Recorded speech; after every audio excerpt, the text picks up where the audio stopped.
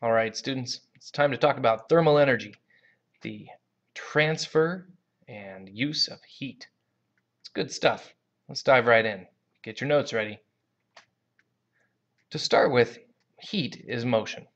It's not motion like me running around, it's motion of little particles running around. Atoms, molecules, and even subatomic particles bouncing around, vibrating in position, colliding with each other. The more motion we have, whether it's more particles moving or particles moving faster, the more heat we're going to have. There are three ways to transfer this heat. Remember, that's one of our big physics questions. And since we're physicists and we care about heat transfer as well as energy transfer, let's look at those three ways. First method of transferring heat is conduction. It's also our best method. If you've ever cooked, you've noticed that you can put your hand close to the pot, but you can't exactly touch the hot pot or the hot stove without suffering some serious consequences. Conduction occurs when heat is transferred by direct contact. It's the most efficient means of transfer, meaning we get most of our energy to move from one place to another without losing a bunch to the outside environment. Conduction is a little bit like electrical conduction because it involves direct contact.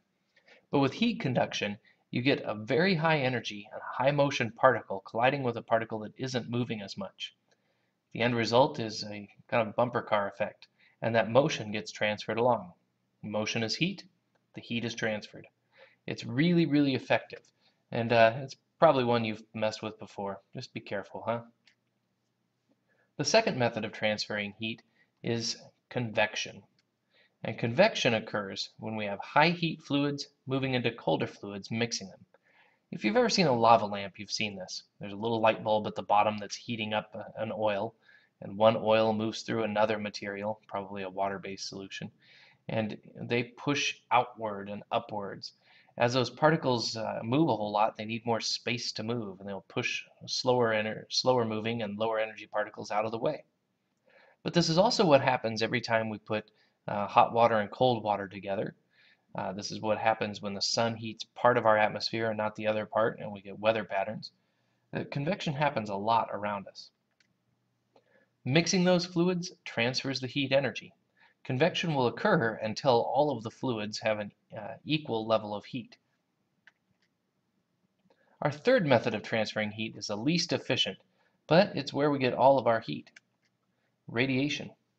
Heat travels in waves through empty space. Now this could be outer space, or it could just be empty space, as in the distance between one object and another not being carried by the matter in between. We call this radiation, but it means something a little bit different than the radiation that makes the Incredible Hulk and things like that. We'll talk about those later on. Now, all of the energy on the Earth comes to the Earth in the form of radiation, heat traveling from the sun to us. So I'm thankful we have it, but it's not the most efficient means of heat transfer.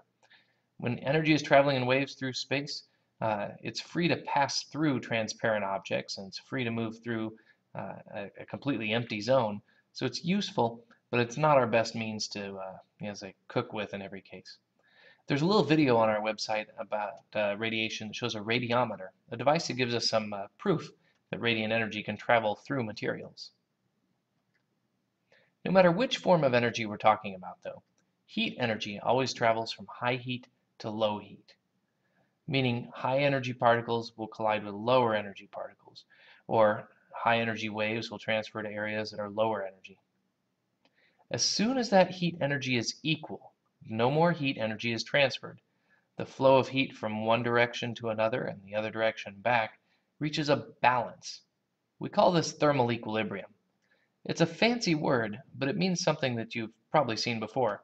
If you put something cold in something hot, they tend to reach kind of a middle ground, somewhere between them. When heat energy is transferred from the hot material to the cooler material, they generally will reach some sort of middle level. That's thermal equilibrium. Now, if we're going to work with heat, we need to be able to measure it. The metric system gives us a method of measuring heat energy called a joule. Now, heat is just a form of energy. We'll use joules for a lot of other types of energy, including things like work and motion. Now, joule's the metric system, but it's probably not the energy measurement you've seen the most of. Probably you've seen calorie before. You notice there are two calories here. There's the little c calorie, which is what scientists refer to. It's the heat needed to raise 1 gram of water, tiny little bit of water, by 1 degree Celsius. A very small change. Now that calorie measurement is really, really small. So in order to prevent food labels from having gigantic numbers, some people use a capital C calorie, which is a food energy measure, equals 1,000 calories. If you're reading a food label or looking up dietary recommendations from a trusted medical source, you'll probably see calorie measurements. Those are big C calories. The little c calories are usually only used in lab environments. Generally speaking, if we're going to use a big C calorie in science, we'll put a K in front of the little c and call it a kilocalorie. It means the same thing. Basically, your Snickers bar label is going to say 250 calories, and that's the big C. That'd be 250,000 little c calories. Now, the other way we tend to measure energy is by temperature. And temperature and heat energy mean different things. Temperature is the measure of the average amount of particle motion. That's not looking at the total amount of energy. It's for any given particle how much motion occurs, and a temperature scale is a relative thing. If the particles weren't moving at all, had no motion, we would call that temperature absolute zero. It's a theoretical temperature. It's not something we've managed to achieve, but we've managed to prove exactly where that would be on our various temperature scales using experiments. Which means really we shouldn't have any negative temperatures, right? We can't have less than zero motion. But our temperature scales aren't based on absolute zero mostly. Temperature scales tend to be based on other things. Fahrenheit, well, it's the one we've been using for weather in the US, and when we're talking about weather, we'll probably keep talking about Fahrenheit in this class, but we're not going to use it to measure with, so don't spend any time worrying about it in here. We're going to make our measurements in Celsius. Celsius works really well. It's based on water, and it allows more universal comparison of temperatures, because anyone anywhere around the world who's got a fairly basic lab setup can record the temperature at which water is freezing and the temperature at which water is boiling, and make a thermometer that's fairly universal, if we can ignore some atmospheric pressure things. The problem with Celsius is it has negative numbers. And remember, we said the lowest temperature we should have is 0, since you can't have negative motion, right? Well, scientists can take this into account by using the Kelvin temperature scale. It's based on Celsius, and it has no negative numbers. It's really easy to convert between Celsius and Kelvin anytime we need to. We won't need to for the scope of this class, but if we needed to, it's just an addition problem. It's no big deal. We'll keep measuring in Celsius. All our thermometers have that labeled on there, and it's pretty universal. If we needed Kelvin to use in calculations, we could convert. So that's what you get about heat energy. The big thing to remember, the difference between heat and temperature. Remember, temperature is your average, kind of like your average grade in a class. Heat is the total amount of points you've earned in a class. It's a total amount of particle motion. We can also look at it this way. Let's say I have a little drop of water. That looks more like a bean, but oh well, that's our drop of water here. It's tiny, it's little, and it's watery. There it is. It's so pretty. I don't know why our water's red, but quit asking questions.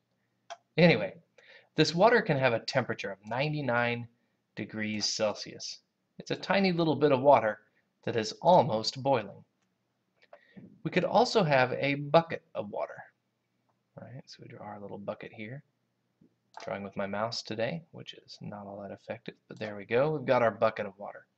And our bucket of water is also at 99 degrees Celsius, almost boiling.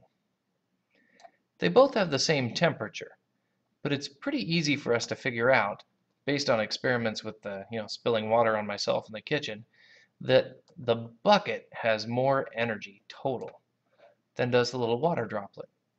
Yes, on average, each particle has a very similar amount, 99 degrees Celsius, 99 degrees Celsius. But the bucket has a lot more particles that are moving at that average rate, so it's going to have a lot more heat stored within it. Remember, heat is a total and temperature is an average. I hope that helps. Now dive into your packet, see if you can kind of organize some of this information in there.